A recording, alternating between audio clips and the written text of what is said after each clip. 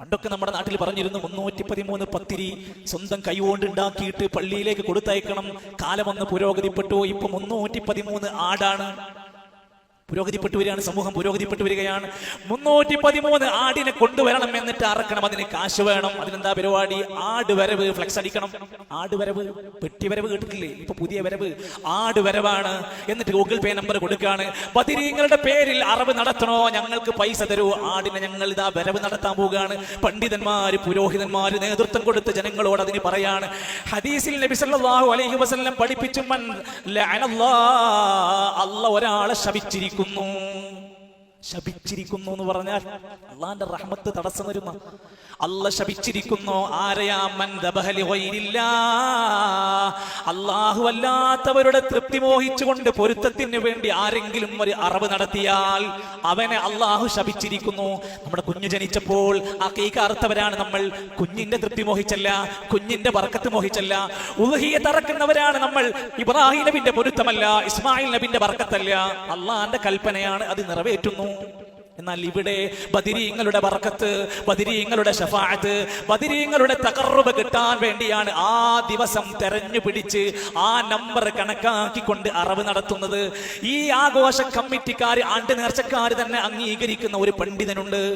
ഇബ്നു ഹജറുൽ ഹൈതമി എന്നാണ് അദ്ദേഹത്തിന്റെ പേര്. അവർ അംഗീകരിക്കുന്ന മദ്ഹബിന്റെ പണ്ഡിതനാണ്. അദ്ദേഹം പറയാണ്, ഒരു മുസ്ലിം അല്ലാഹുവല്ലാത്ത ഏതെങ്കിലും ഒരാളുടെ തഖർറുബൻ ഗൈറല്ലാഹ്, അല്ലാഹുവല്ലാത്തവരുടെ പുണ്യം പ്രതീക്ഷിച്ച്, ഖുർബത്ത് പ്രതീക്ഷിച്ച്, ശഫാഅത്ത് പ്രതീക്ഷിച്ച് അറവ് നടത്തിയാൽ ഫസാറ മുർത്തദ്ദാ, ഓൻ മതഭ്രഷ്ടനായി മാറും. ഇസ്ലാം ഒന്ന് പുറത്തു പോകും. ഇത്ര ഗൗരവമായി ശാഫിഈ മദ്ഹബിലെ പണ്ഡിതന്മാര് പറയാ. എന്നിട്ട് ഇതേ പ്രവർത്തനങ്ങൾ ചെയ്തുകൊണ്ടിരിക്കുക, അതിന് ജനങ്ങളെ ഒളിച്ചുകൂട്ടുകയാണ്. ഇന്നലെ പകൽ സമയത്ത് യാത്രകൾ ചെയ്ത ഒരാൾ എന്ന നിലയ്ക്ക് ഞാൻ എൻ്റെ അനുഭവം തന്നെ പറയാണ്. പള്ളികളിൽ മൈക്ക് കെട്ടിയിട്ട് പുറത്തേക്ക് വെച്ചുകൊണ്ട് പാടിക്കൊണ്ടിരിക്കുന്ന പാട്ടിന്റെ അർത്ഥങ്ങൾ നിങ്ങൾ ആരെങ്കിലും ശ്രദ്ധിച്ചോ? പള്ളിന്നാണ് വിളിച്ചു പറയുന്നത്. എന്താ പറഞ്ഞത്? യാമൻ ബിഹി ഹല്ലറദാ വമൻ ബിഹമ്മിൻ നക്കിദാ കുല്ലാദിയം മുസ്തൻജിദാ യാ അഹ്ല ബദറ ശുഹദാ. ജനങ്ങൾ വിചാരിക്കുകയാണ് ഇത് ബദരീങ്ങളെ പ്രശംസിക്കുകയാണ്, ഇത് ബദരീങ്ങളുടെ മഹത്വം പറയുകയാണ്, ഇത് ബദർ ശുഹദാക്കളോടുള്ള ആദരവിന്റെ ഭാഗമാണെന്ന് ജനങ്ങൾ അറിയാത്തത് കൊണ്ട് തെറ്റിദ്ധരിക്കുകയാണ്. സത്യത്തിൽ എന്താ പറയുന്നത്? യാമൻ ബിഹി ഹല്ലറദാ, പ്രയാസപ്പെടുന്ന ഏതെങ്കിലും മനുഷ്യരുണ്ടോ? വമൻ ബിഹമ്മിൻ നക്കിദാ, വിഷമങ്ങളോ മാനസിക പ്രയാസങ്ങളോ അനുഭവിക്കുന്ന ആരെങ്കിലും ഉണ്ടോ? എങ്കിൽ കുല്ലാദിയം മുസ്തൻജിദാ, നിങ്ങൾ സഹായം ചോദിച്ചുകൊണ്ട് വിളിക്കണം. ആരെ? യാ അഹ്ല ബദർ ശുഹദാ.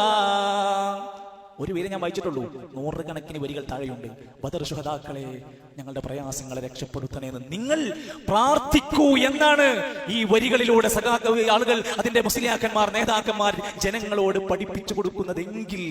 അതുകൊണ്ടാണ് എന്തൊരു പ്രതിസന്ധി വരുമ്പോഴും പണ്ടത്തെ മുശ്രിക്കീങ്ങൾ കപ്പലിനകത്തല്ലെങ്കിൽ അവരുടെ യാത്രക്കകത്ത് കടലിന്റെ മധ്യത്തിൽ കുടുങ്ങിയാൽ എന്തൊക്കെ വിശ്വാസം ഉണ്ടായിരുന്നുവെങ്കിലും അള്ളാഹ് ഞങ്ങളെ രക്ഷിക്കണേ എന്ന് പറഞ്ഞിരുന്നുവെങ്കിൽ, നാദാപുരത്ത് തീപിടുത്തണ്ടായി വീട് നിന്ന് കത്തിങ്ങോണ്ട് നിൽക്കുമ്പോൾ വൃദ്ധയായ ഉമ്മ വിളിച്ചു പറയുന്നത്, ബദരീങ്ങളെ ബദരീങ്ങളെ ബദരീങ്ങളെ. സഹോദരങ്ങളെ, ആ വോയിസ് കേൾക്കാത്തവരാരാണ്? ഇപ്പോൾ വാട്സപ്പുള്ള ആൾക്കാരാരാ കേൾക്കാത്തത്?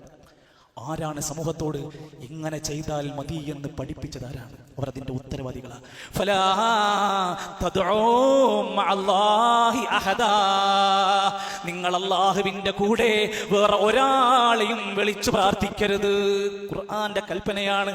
ഇതെങ്ങാനും നിങ്ങൾ സംസാരിക്കുമ്പോൾ ഇതിന് മറുപടി പറയാനും, നമ്മളെ ചീത്ത വിളിക്കാനും, വഹാബിയാക്കാനും, നമ്മളെ പറ്റിയിട്ട് വളരെ മോശമായി സംസാരിക്കാനൊക്കെ ജനങ്ങളുണ്ട്. അവർ പറയുന്നു, ഇവർക്ക് ബദരീങ്ങളോട് സ്നേഹമില്ല, ഇവർ ബദരീങ്ങളെ ആദരിക്കുന്നില്ല, ഇവർക്ക് ബദരീങ്ങളെ ഇഷ്ടമില്ല. സുഹൃത്തെ, ഒന്ന് ചിന്തിച്ചു നോക്ക്. അവർക്ക് ഇഷ്ടമില്ലാത്ത, അവർ പഠിപ്പിക്കാത്തത് ചെയ്തത് കൊണ്ടാണോ അവരെ ഇഷ്ടപ്പെടുത്തേണ്ടത്? ഒരിക്കലുമല്ല.